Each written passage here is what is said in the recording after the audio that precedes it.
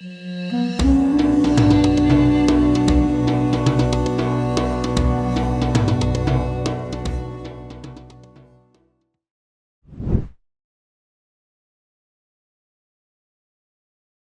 afternoon and welcome to this week's edition of Halftime Talk. It is indeed the first of the season for our Halftime Talk series, and we're delighted to be joined by Gregory Brew, Senior Analyst for Iran and Energy at the Eurasia Group. Greg, welcome. Thank you so much for having me on.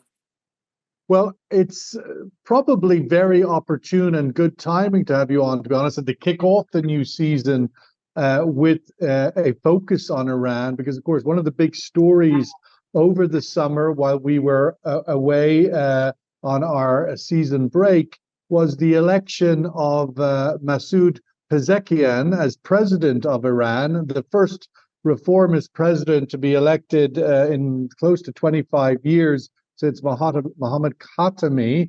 And so one kind of in the midst of all of the geopolitical turmoil in the region over the last year, it seems, is this a ray of hope? Is this a moment in which new dawns can begin in the same way that when Mohammad Khatami was elected 25 years ago, the same ideas were emerging? Oh, this is a new beginning, a new dawn that we can log on to. So I welcome sort of that as the starting point, Greg. How big of a new departure is this? Is this a new dawn? What's your sense of this moment of the election of a reformist president at this time in Iran?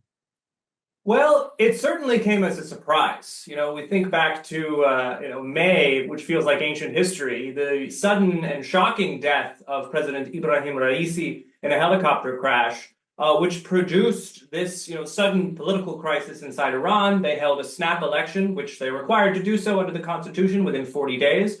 And I think the general expectation among the analytical community, myself included, was that the leadership in Iran, from Supreme Leader Ali Khamenei on down, would choose a new hardliner, a new arch conservative like Raisi to fill his shoes. And that's not what happened.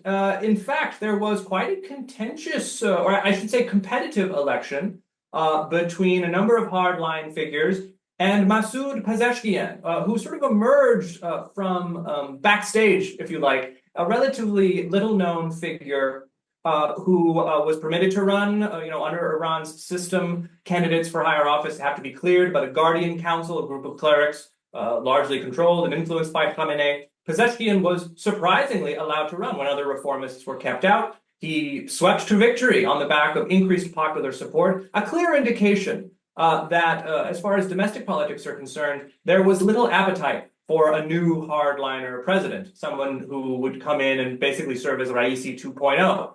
Pezeshkian was elected in an election with fairly low turnout. There remains, while there is some increase, maybe even the people of Iran were caught off guard that there was indeed a pathway for a reformist to get elected. I mean, he's not completely unknown. He'd been an MP for many years. He was in Khatami's government as a minister 20 years ago. So he's not a novice. He is 70. A competent surgeon. His emergence now, as you say, I think it's interesting that you're pointing towards the fact that he was permitted to run. He was, in that sense, idea that one would say that the Iranian government, the leadership, the supreme leader, sees it as a suitable time to have a reformist at the helm. I think so. I mean, at the very least, there is a certain degree of debate as to whether Iran's elections are controlled or managed by authorities such as Khamenei. But there would be a general consensus that amongst at least us ignorance outside of Iran, that if a reformist president runs and it's a free election, he's very likely to win because the majority of the population is of that ilk. Absolutely. I think the fact that Pezeshkian was permitted to run showed a signal from Khamenei that there was a desire for change, or at least an openness to change. I do think, it's hard to know for certain, but there were other hardliner candidates that shared greater similarities with Khamenei, that perhaps shared his views, Saeed Jalili being one. But the fact that Pezeshkian was permitted to run at least showed an openness from the regime to allow a reformist to run. And the fact that he was permitted does suggest that he was likely to win, although initially he wasn't given very good odds for winning. He ran a good campaign. He outperformed other candidates in the presidential debates. As you mentioned, the election is fairly open once the candidates are permitted to run. So I think from the point of view of someone like Khamenei or other hardliners in power, Pezeshkian winning was an acceptable outcome. And it does suggest a desire for change, a sense that the regime's credibility is at an all-time low, that the legitimacy of the system is under threat, and that changes are needed, which allowed for space for the first reformist president in 20 years to be elected. Now, I should emphasize that there are significant differences between Pezeshkian and Khatami. Khatami was elected by an overwhelming majority. He swept into power with a reformist parliament. He had a sweeping agenda to make changes not only domestically, but in Iran's foreign policy. Pezeshkian has a more modest agenda. He's working very closely with Khamenei. He has put forward a cabinet which is a mix of reformist and conservative figures. A number of ministers are actually staying put from the Raisi days, including the Minister of Intelligence. So there are strong signals that Pezeshkian is conscious that he faces internal opposition from other hardliners, and that he has to work closely with the supreme leader to get anything done. And of course, the large. How would it be? Would there be, from where you're seated in the U.S., from a Washington perspective, does Washington see a different? I mean, would they be willing to give him some space? He's obviously, as you say, got to balance the hardliners, but also balance Western expectations of better behavior from Iran, navigating sanctions. Does Washington, at least under Biden and the remaining period of Biden, look at his election versus a Raisi copy any differently, or does Washington see all Iran bad, bad, bad? I think there's definitely a sense that Pezeshkian suggests a greater openness to diplomacy, a greater openness to reopen the lines of dialogue. The difficulty that the Biden administration has is it doesn't have the time. It doesn't have the time to really accomplish anything until its term in office is finished. It certainly doesn't have any time before the November election, which I think is the single largest signpost as to whether any kind of improvement in U.S.-Iran relations is possible. The scope for such improvement is much wider under Harris than it is under Trump. And at that time that they chose to put him forward from a Khamenei point of view, they were, as the whole world was thinking, oh, this is definitely a Trump win here. By bringing bringing a reformist in with a possibility or probability of a Trump administration, how does that face off in a way that Trump will probably see no difference? I think, from Khamenei's point of view, I think bringing in Pezeshkian, permitting him to run, permitting him to win, displays the sense that there needs to be change internally, regardless of the outcome of the U.S. election. I mean, Pezeshkian is running on sanctions relief, first and foremost, but he's also running on other reforms. He wants to change the country's censorship rules regarding internet access. There is a suggestion that the government might be open to some degree of reform on the issue of mandatory hijab, which of course has been one of the most important social issues.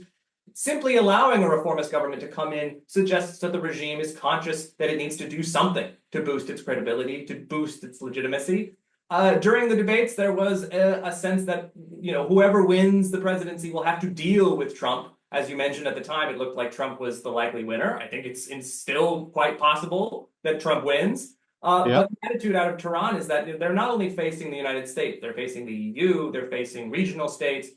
And across the board, there needed to be a shift from the Raisi period where, not only were hardliners in power, but they weren't very effective at government. There were significant governance failures. There was evidence of widespread corruption. There was incompetence across the board. So I think inside the regime, there was a sense that things needed to change, regardless of whether or not there's scope for negotiations with the U.S.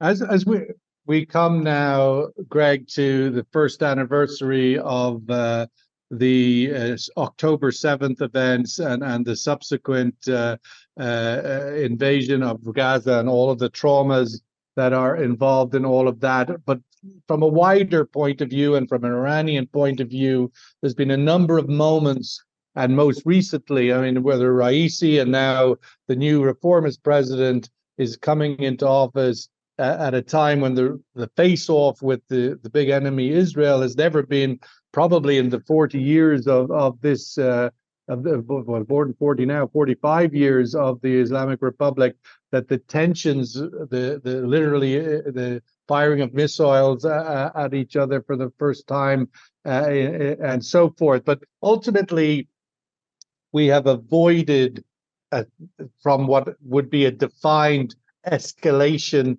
of this Gaza trauma into a regional war that involves Iran, that involves a face-off with the US. How are they doing that? What's your outlook for that avoidance policy to continue, their appetite not to be sucked into something? Or how do you read that going forward? Because at the last few days with Iran, Hezbollah, Lebanon, Israel, it's all seemed very elevated.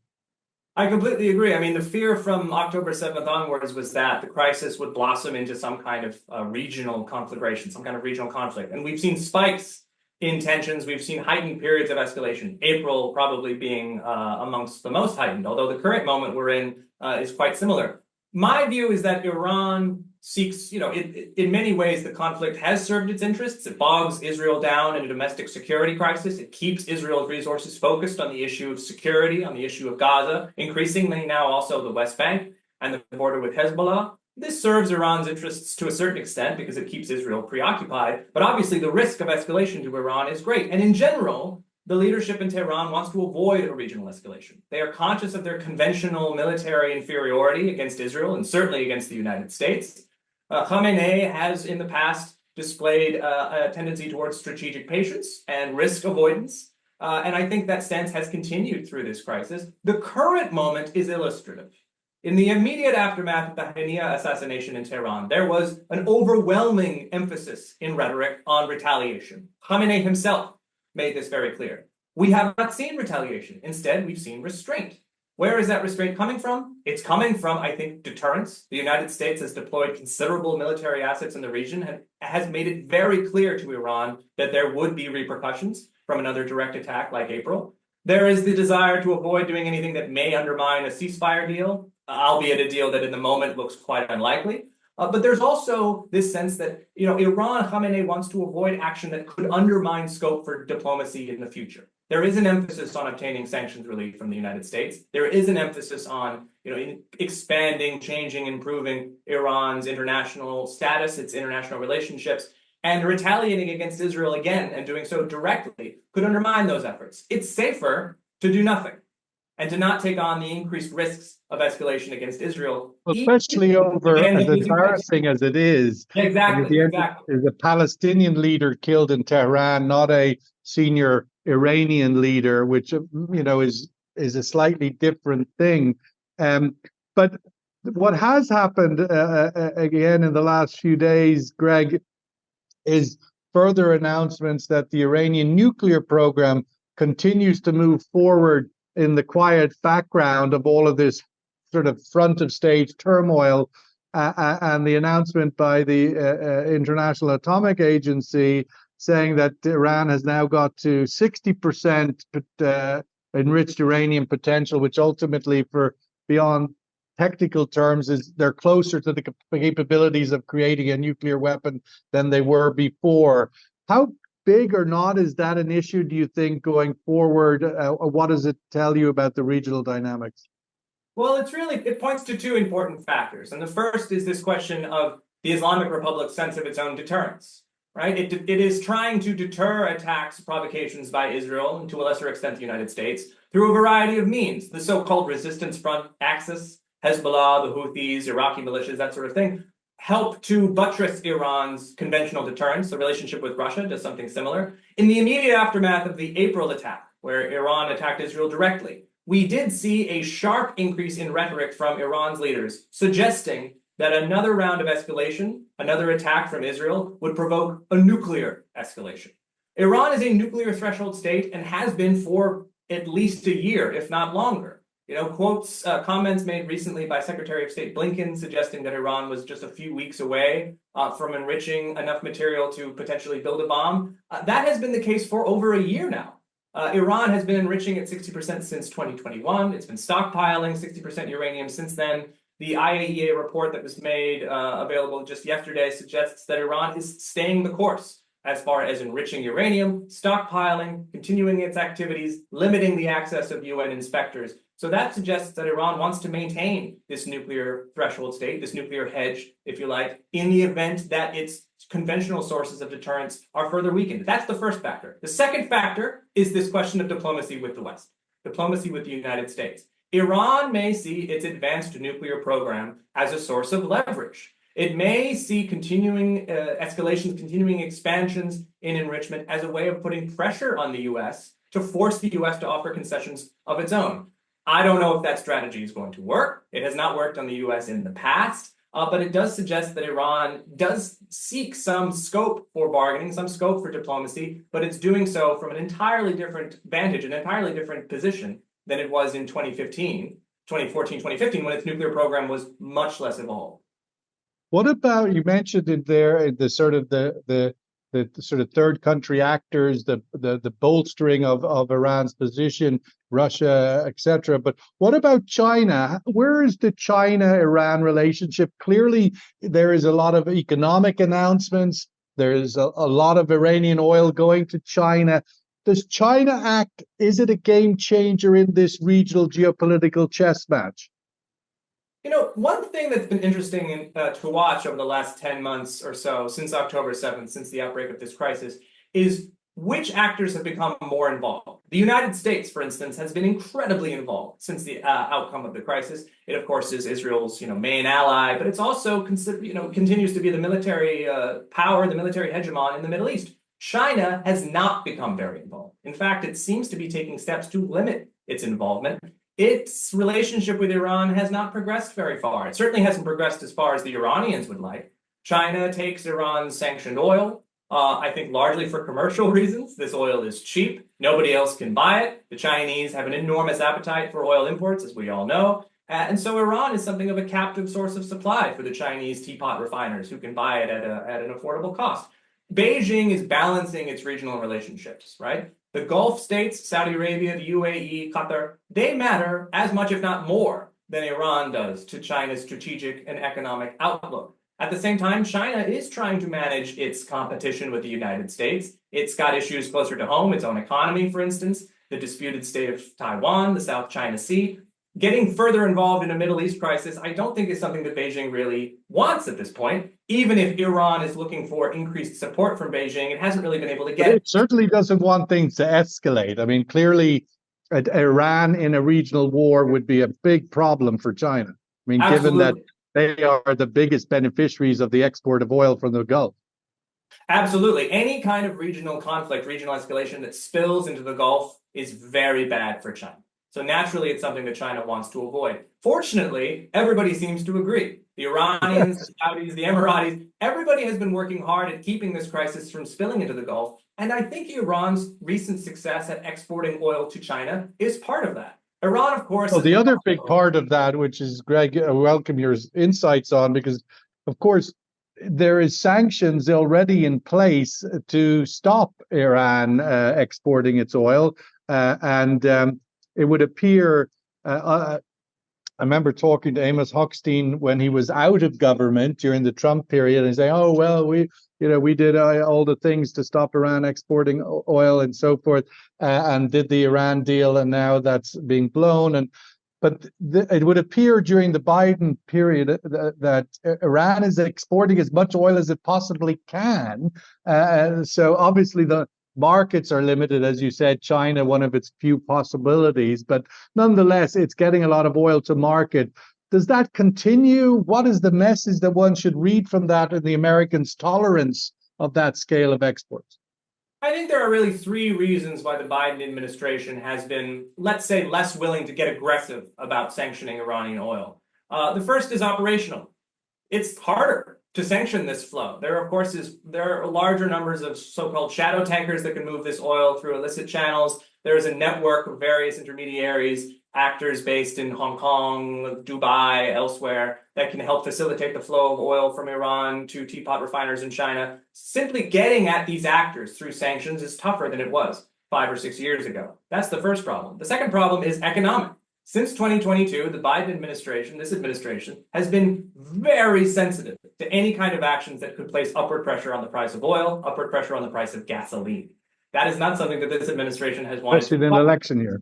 Yeah, exactly, right? We're approaching a very competitive election, and even though Biden himself is no longer running, they're not going to pursue any course of action that could undermine Harris's chance of victory. That's the second issue. The third issue is strategic. You go after Iran's flow of oil to China, you're upsetting Iran, which has in the past proven that it will respond through to disruptions in its oil exports by going after oil supplies in the Gulf through tanker seizures, through other forms of harassment. There, of course, were large-scale attacks on regional energy infrastructure in 2019 and 2020, the Al-Qaeda attack on Saudi Arabia, for instance. And that is a strategic risk the United States, under this administration, has been wary of. And then second, the Iranian flow of oil to China upsets China. The Biden administration is trying to manage the decline in U.S.-Chinese relations and trying to target a source of oil that Beijing values, that Beijing has, indicated that it wants to maintain under any circumstance, is not something that the United States wants to invite at this point. So there's a number of factors discouraging U.S. action under this administration. Those factors may change after the election. Well, that was just going to be my follow-up. Perhaps you could look at that in the crystal ball of with the Trump presidency coming potentially 50-50 at this stage, really. The last time Trump was in office, he did press down very hard on the sanctions on Iran. What's your thoughts going forward? Given the scale of idle capacity available in the world, Saudis shut in over 2 or 3 million barrels of oil at the moment, and many other producers the same. Where do you think a Trump administration would go, Trump 2.0, on Iranian oil sanctions? Well, I think it's reasonable to assume that a Trump 2.0 administration is going to have a tougher policy on Iran regardless, right? Simply down to the nature of not only Trump, but the Republican Party, which generally tends towards a much more hawkish line on Iran, less willingness, less openness to diplomacy, more willingness to use coercive tools, both sanctions and also military power. So I think Trump himself will come into office if he wins the election with a mandate to get tougher on Iran. Military pressure on Iran is tougher now than it was in the past. In the context of the Middle East crisis, in the context of Iran's axis of resistance regional proxies, Iran's more advanced ballistic missile capabilities, there's more risks from trying to exert military pressure on Iran. That leaves sanctions. Trump can get tougher on sanctions. He can tighten the noose a little bit around Iran's oil exports, maybe not shutting in all export capacity, but certainly affecting it on the margins. And I think that is likely to be the case. If there's no scope. Well, as you said earlier, that sort of clampdown could have its risk, like we saw when Trump was last in power. That's when Cake in Saudi Arabia was hit. Absolutely. And I was just about to address that. I mean, all the factors that exist under the Biden administration are likely to exist under a Trump and Harris administration. The strategic, operational, and economic risks of going after Iran's oil flows to China are all going to be there in the mix. The difference is that a Trump administration may be more willing to take those risks, may be more willing to put pressure, for instance, on China. A Trump administration may be more aggressive towards China than the Biden administration has been. It may be more, as I mentioned, it will probably be more willing to get aggressive on Iran specifically. That does suggest greater scope for sanctions. And then, as you mentioned, there's oil enough to fill the gap. If Iran does get pushed out of the market, there's spare capacity in OPEC, there's spare capacity in Saudi and the UAE and other OPEC members to potentially fill that gap. But a big question remains, how does Iran respond? Does it go back to launching attacks the way that it did in 2019, 2020? That's a considerable risk to consider in the event that the U.S. does get tougher on Iranian oil. One of the things that is different, Greg, and we probably wrap up on this point, is that Iran-Saudi Arabia relations seem to be in a new place. I mean, there seem to be big efforts. I mean, with all the backdrop of the turmoil in the world and in the region, Riyadh and Tehran have made some concerted efforts to find some new alignment. Just speak to that in the context of some of these issues, Trump, Biden, Harris, where that relationship will, not to use a word, trump the American piece. Your thoughts on that new relationship? I tend to think about this shift in Saudi-Iranian relations more as a truce than anything else. Iran's desire is to keep the Gulf quiet so that it can export its oil to China. It's not looking for increased confrontation with the Gulf states. If anything, it sees the Gulf states as a potential way to get around U.S. sanctions, right? in an attempt to strengthen its economy. Local states, the UAE, Saudi, and others could offer it a means of getting sanctions relief without actually having to strike a deal with the United States. That's part of Tehran's perspective. From Saudi, it's somewhat similar. Saudi Arabia wants to keep stability in the Gulf so that it can focus on its economic development goals. Mohammed bin Salman wants to change Saudi Arabia. He wants to move away from dependence on hydrocarbon exports. That means keeping things in the Gulf quiet. Saudi and Iran are not friends. They have not made any tangible material steps towards improving relations. They have done things like reopen embassies, increase the amount of diplomatic traffic going back and forth, but that's basically it. I would caution against, the inclination to see this as a grand shift or a move towards a more positive status quo. Saudi and Iran have called a truce, but they could very well go back to the heightened state of confrontation that we saw during the Trump era if things escalate or if the status quo of the region changes in any significant way. It would seem very unattractive to what, given Saudi Arabia is trying to build and is investing substantially into its economic transformation, that it would do a lot more than it maybe would be in the past willing to do to keep the neighborhood quiet. That's my hope anyway, because I live right in the middle of it, and a quiet neighborhood's good for everybody. Listen, Gregory, Brew, thank you so much. We're going to have to wrap it up there. Gregory Brew, Senior Analyst, Iran and Energy at the Eurasia Group. Really wonderful to have you as an inaugural guest of the 2024-2025 Halftime Talk series. Thank you so much. Thank you so much, Don.